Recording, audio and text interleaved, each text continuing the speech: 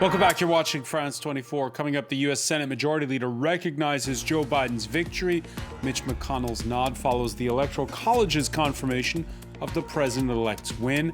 After Vladimir Putin, Mexico's leader Andrés Manuel López Obrador also congratulates Biden. China denies hundreds of thousands in Uyghur-majority Xinjiang province are forced to pick cotton. A Washington-based think tank points to leaked government documents. On the day France replaces lockdown with a nationwide 8 p.m. curfew, entertainment industry workers protest the prolonged closure of museums, cinemas, and theaters. After the news will be the France 24 debate. Is an almighty digital reckoning upon us? Tech giants in the crosshairs of regulators in Brussels and in Washington. On the day the EU unveiled its long-awaited blueprint for reining in the outsized power of Silicon Valley. We'll ask you if it's also 2020 bringing it all to a head, what with disinformation campaigns and those tech titans growing much more powerful this year. Your reaction on Facebook and Twitter, hashtag F24Debate.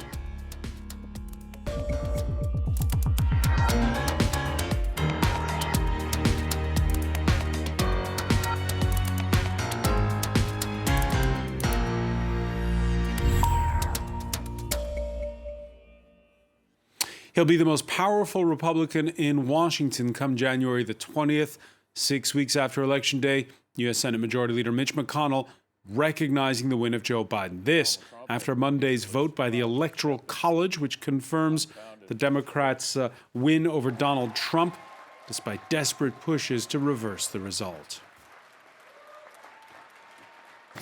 The Electoral College has spoken. So today I want to congratulate President-elect Joe Biden. The President-elect is no stranger to the Senate.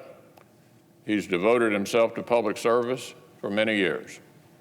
I also want to congratulate the Vice President-elect, our colleague from California, Senator Harris. And earlier we spoke to correspondent Kedevan Gorgistani.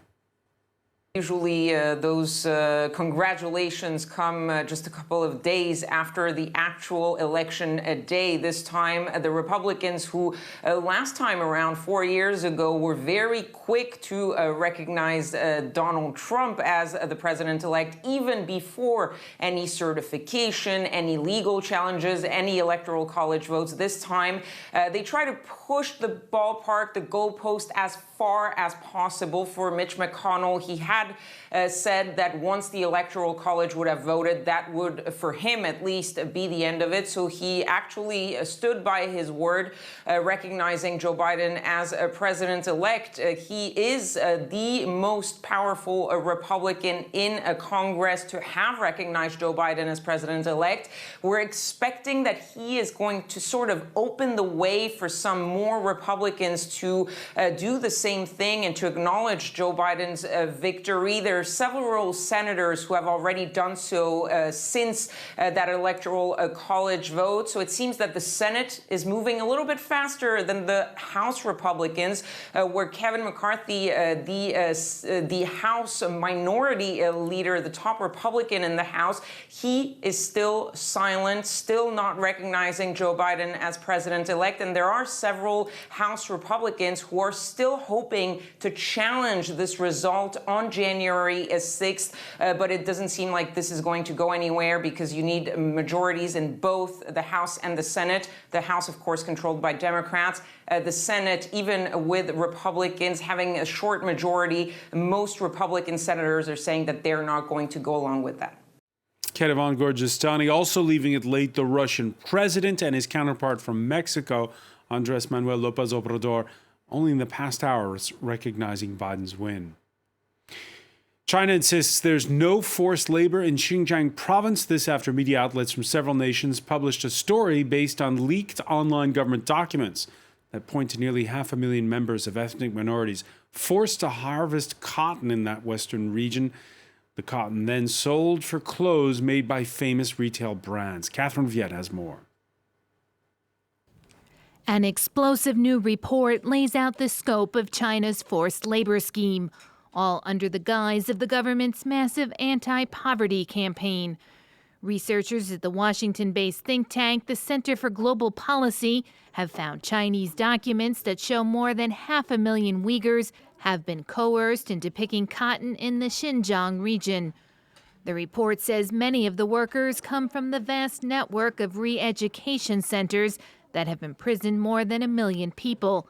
China calls them vocational centers and says they're necessary to combat radicalization by the country's Muslim Uyghur minority population.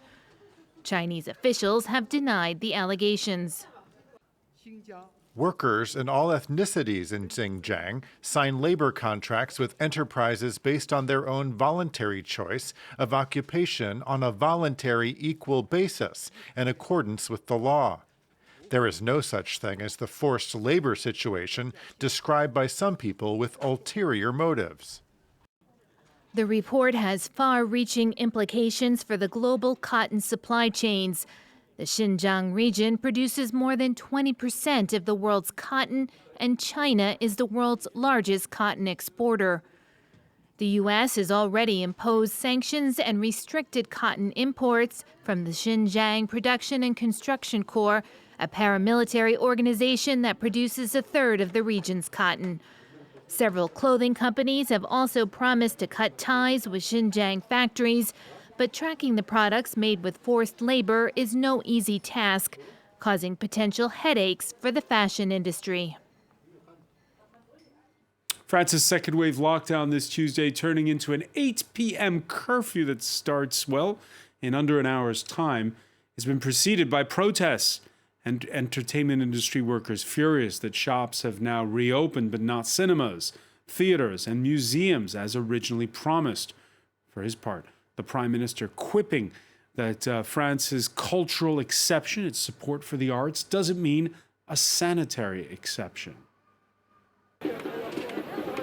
Culture is essential, says this banner. Hundreds of demonstrators gathered outside the Opera Bastille to voice their anger and despair.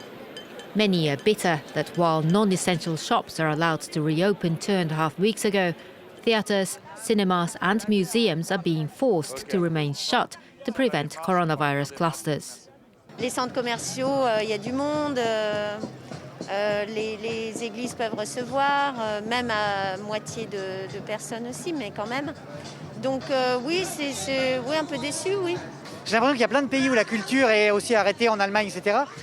Mais pas avec cette force symbolique de vous ne comptez pour rien, il n'y a que la matérialité qui existe.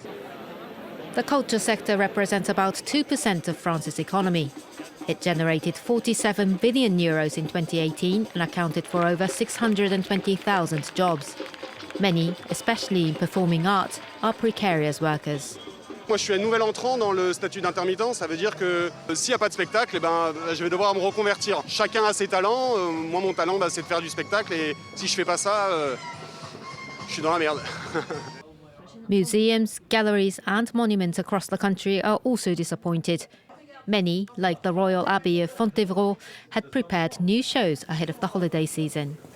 À la période de Noël, nous avons l'habitude d'accueillir plus de 20 000 visiteurs. En accord avec les artistes, ce sera visible jusqu'au 8 mars prochain, si on arrive à rouvrir un jour. The government says it will review the situation on the 7th of January to decide whether the culture sector should be allowed to reopen. Now, normally, there are some 4 million visitors in Paris during December. This year, of course, with COVID and lockdown, the streets of the French capital are almost empty. Some of the world's most popular tourist attractions deserted in the run-up to Christmas. Paris usually attracts an average of 4 million visitors at this time of year, but its tourist hotspots and many of its streets are empty. Muy triste porque como está la coronavirus, no se nota que viene Merry Christmas, que viene fin de año. Es triste todo. Usually thronged with tourists, Montmartre is also unusually quiet. Vous faites combien de portraits par jour? Si j'arrive à en faire un, c'est pas mal. C'est pas mal. Hotels have been hit hard by the pandemic, with occupancy rates of just 20% in those that remain open. But the silence in the city is a respite for those living here. Il y a une espèce de sérénité, je suis assez matinale, donc je viens souvent me balader le matin, je vois tout Paris, le lever de soleil, et c'est assez incroyable parce qu'on a l'impression que c'est que pour nous, quoi. But for others, there's less serenity. This man normally makes a third of his annual earnings at this time of year, organising cabaret evenings on his barge, but it's been docked since March. Notre secteur d'activité, c'est une période très très forte où nous avons énormément de touristes, de clients, aussi bien franciliens que français qu'étrangers. Nous avons jusqu'à 400, 500 personnes par jour. With tourism accounting for over 7% of French GDP and employing up to 2 million people, business owners are hoping it won't be too long until the usual crowds return.